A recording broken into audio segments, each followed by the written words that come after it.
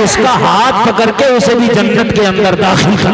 बेशक सुभान अल्लाह जिंदाबाद। मेरी रहमत आज जोश में है। अल्लाह फरमाएगा ये लोगों, ये जो खाना खिला देते हो बच्चों को, ये भी बड़ी बात है।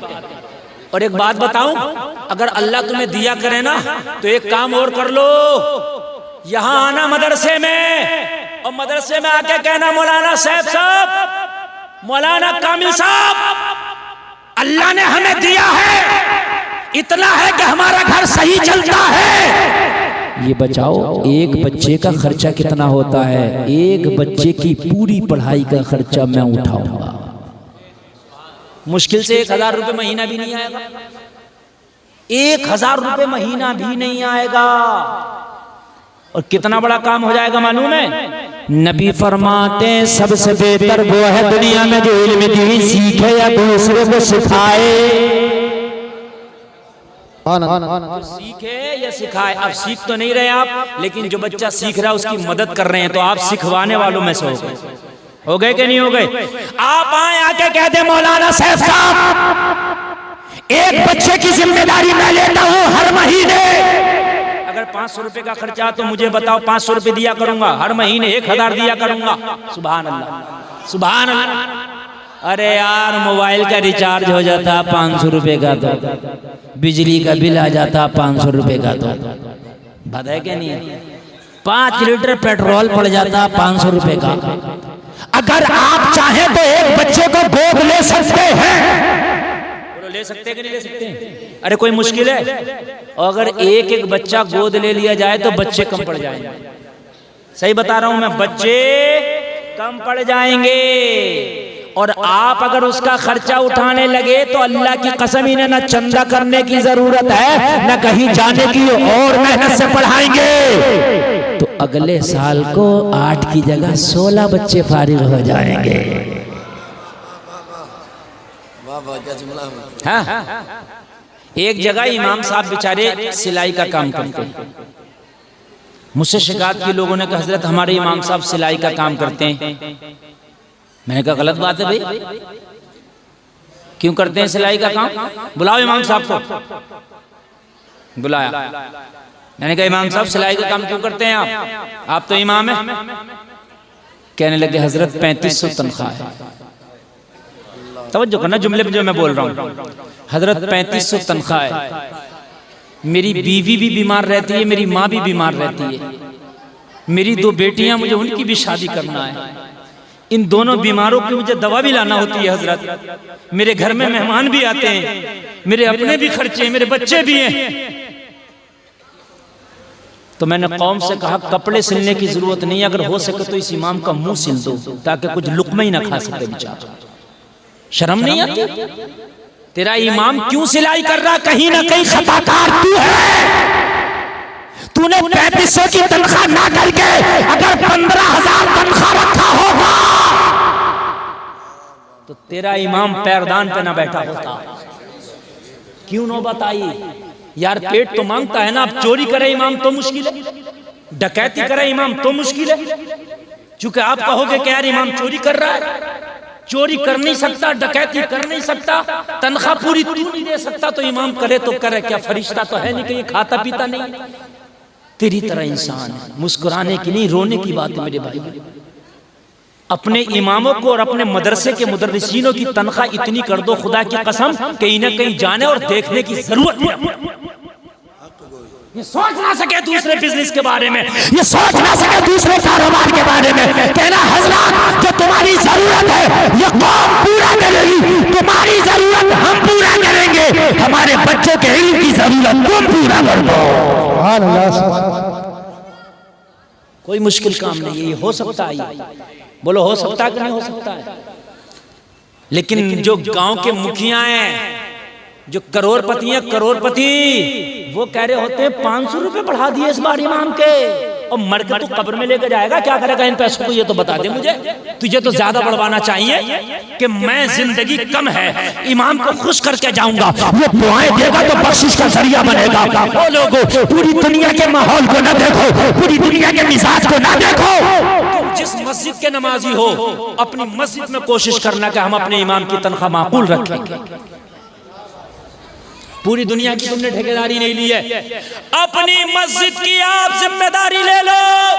मैं अपने मस्जिद में इमाम की तनख्वाह माकूल रखूंगा, और फिर भी अगर तुम्हारी बात ना मानी जाए, सुभान अल्लाह, अगर फिर भी तुम्हारी बात ना मानी जाए तो जब जुमा पढ़ने के लिए जाया करो तो जैसे ये 100 का नोट मेरे हाथ में दे गए, ऐसे ही तुम 100 का नोट इमाम के हाथ में देकर आया करो। जुमा पढ़ने के लिए जब जाया करो तो 100 रुपए का मुसाफा कर लो यार, एक हफ्ते में। बात है कि नहीं है? अगर 20-25 लोगों ने कर लिया, इमाम का 2-2,500 हो जाएगा। हो गया कि नहीं हो गया भाइयों? हैं, प्लस तनख्वाह मिल जाएगी, बढ़िया। अभी मैं दिल्ली में था परसों, हमारे एक दोस्त है मुफ्ती साहब, मुफ्ती असलम साहब, मैंने कहा वो उसमें मुस्तफाबाद में एक मस्जिद है महबूब इलाही, उसमें पढ़ाते हैं। तो मैंने कहा हजरत तनख्वाह उनका क्या? बोले हजरत अल्लाह का बड़ा शुक्र, अल्लाह का बड़ा, बड़ी दुआएं दे रहे अपने मुक्तदियों को, बड़ी दुआएं दे रहे, और कोई करा नहीं रहा, खुद ही दे रहे। कहते ना हजरत दुआ कर दियो, हजरत के पेट में खाना नहीं है, दुआ कर दियो। जबान से करेगा भी तो दुआ नहीं होगी, दुआ कराई नहीं जाती, दुआ हो जाती है। दुआ कराई नहीं जाती, दुआ हो जाती है। यार आप मुझे खाना खिलाओगे, मैं आपको खाना खिलाऊंगा, आपको गर्म पानी, ठंडा पानी, बिस्तर लगाऊंगा, आपसे मोहब्बत करूंगा, आप मेरे लिए दुआ कर दोगे? खुद ब खुद दुआ करोगे, बड़ी दुआ करोगे। बोले हजरत अल्लाह का बड़ा शुक्र है, बड़ा शुक्र है, मेरे वालिदैन ने भी हज कर लिया, मैंने भी हज कर लिया इसी इमामत में। बोले हजरत हम 4 लोग हज पे गए। यार 4 लोग हज पे गए, बड़ी बात है कि नहीं है? मैंने कहा वहाँ साहब कितनी तनख्वाह? बोले हमारे मस्जिद के लोग बड़े अच्छे, बोले 15,000 रुपए हमें मिलती है गवर्नमेंट की तरफ से, केजरीवाल की तरफ से, और 15,000 हमारी मस्जिद वाले लोग देते हैं। मन क्या ना हुए मेरे इलाके के लोग कहते गवर्नमेंट दे तो रही है 15,000, हम ना देंगे एक सिक्का भी। सही बता रहा हूँ, नहीं देंगे एक सिक्का भी। बल्कि बाज मस्जिद का मुतवल्ली तो ये कर लेता है, ये तो 15,000 आ रहे हैं, निकाल के हमें दे, हम 7,000 का अलग से रखेंगे। ऐसा भी हुआ, अरे ऐसा भी हुआ है, ऐसा भी हुआ है। ये हम रखेंगे और तुमको थोड़ी देंगे। इमामों को नवाजो। इतनी दुआ कर रहा था वो, इतनी दुआ कर रहा था वो इमाम, अल्लाह की कसम मैं कह रहा या अल्लाह इस मस्जिद के नमाज पढ़ने वाले फलेंगे फूलेंगे कैसे हैं? कैसे नहीं फले फूलेंगे यार। ख्याल रखो, हजरत उमर के घर में फाके होते थे। क्या होते थे? एक दिन अपनी बीवी से कहने लगे घर का क्या हाल है? कहने लगी बहुत अच्छा, अब तो बचत भी हो गई। शोर मचाते हुए बाहर निकले, शोर मचा रहे हैं लोगों, मदीने के लोगों सुनो, उमर की तनख्वाह कम करो, उमर की तनख्वाह कम करो। करेंगे क्यों? कहा मेरी बीवी ने बचत कर ली। हाय हाय, यहाँ तो ये है कि जितनी बचत हो हमें हो जाए। मस्जिद का इमाम, मस्जिद मदरसे में पढ़ाने वाला मुदर्रिस, चाहे अजी उस पे तो मोटरसाइकिल भी आ जाए तो बात बात बड़ी टेढ़ी आंख करके देता। हाफिज जी को मोटरसाइकिल आ कहां से गई? समझ रहे हैं आप मेरे भाई? ये इमाम है, ये उजला कपड़ा पहनेंगे, ये अच्छा खाएंगे तो मेरे भाई तुम्हारी इज्जत होगी, इसलिए कि तुम्हारे कौम के सर का ताज है। तवज्जो करना, मजा आ जाएगा। मैं तारीख पेश कर रहा हूँ। हजरत उमर ने क्या कहा अपनी बीवी से? कहा बचाना शुरू कर। बचा लिया तो अभी सब बचा ही लो। मैं मदीना में ढूंढ के आऊँ, कोई गरीब तो नहीं है। गरीब होगा तो उसे गोद लूंगा। क्या करूंगा? जैसे आप बच्चा गोद ले लेते हो, भाई हम खिलाएंगे पिलाएंगे, मैं गोद लूंगा और इसका खर्चा उमर उठाया करेगा। बीवी भी अच्छी थी, बीवी भी नेक थी। आज की होती डंडा लेकर खड़ी हो जाती, फाके कर रही थी, कोई बात नहीं, 2 पैसे बचे तो बड़ा तू दयालु बन गया। सही बता रहा हूं मैं, 2 पैसे बचे तो दयालु बन गया। खबरदार जो किसी को दिया, मगर कुर्बान जा उमर लाजवाब है तो उमर की बीवी भी लाजवाब है। ये उमर कोई बात नहीं, हम थोड़ा सा 2 लुकमा कम खा लिया करेंगे। अगर कोई गरीब हमारे घर से पल जाए तो अल्लाह के यहाँ हमारा अजर इकट्ठा हो जाएगा। तवज्जो है? अब तवज्जो है तो सुने।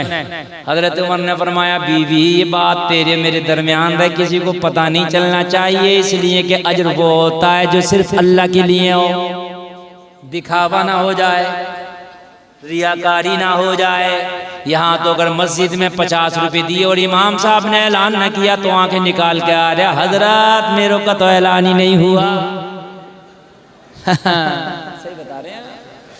मेरे भाई ऐलान हो या ना हो, अल्लाह देख ले, अल्लाह कबूल कर ले, तेरा पैसा कबूल है। ठीक है। हजरत उमर ने फरमाया किसी से जिक्र नहीं करना, कहा पक्का नहीं होगा। मेरी माँ बहनों कान खोल कर सुनो, कोई बात सुनो, किसी की जिक्र मत किया करो, ये बात तुम्हारे अंदर है, पेट में नहीं पचती। जब तक दो चार से जिक्र ना कर दोगी। अच्छा जिक्र भी करती हो पर तक क्या कहती हैं, खबरदार कहना किसी से माँ।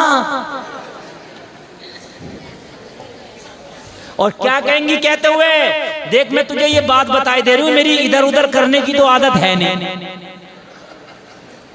तुझे बताए दे रहे हो मेरी आदत नहीं है इधर उधर करने की, तेरी आदत भी नहीं है और तू कह भी रही है। ये लानत है, ये चुगली है, ये गुनाह कबीरा है, मरे हुए भाई के गोश्त खाने की तरह है, लोगों हराम है। ये जब तक माफ नहीं होगा जब तक वो बंदा माफ ना कर दे जिसकी चुगली करके आए हो। हजरत उमर ने फरमाया किसी जिक्र नहीं करना, कहा उमर पक्का मैं किसी से नहीं जिक्र करती, जाओ। हजरत उमर आए, उस वक्त खलीफा थे हजरत अबू बकर सिद्दीक, पहली खिलाफत का पीरियड चल रहा था। सरकार के बाद जो खिलाफत मिली वो हजरत अबू बकर को मिली। किसको मिली? और नबी के इशारे से मिली, नबी की मर्जी से मिली। सुभान अल्लाह बोलो। समझ रहे हैं आप? ये जो लोगों के अंदर है कि जबरदस्ती हुआ और ये हुआ, ऐसा कुछ नहीं, नबी का इशारा था, नबी की मर्जी थी। लोगों सुनो, हजरत अबू बकर खलीफा, हजरत उमर खिलाफत के ऑफिस में पहुंचे।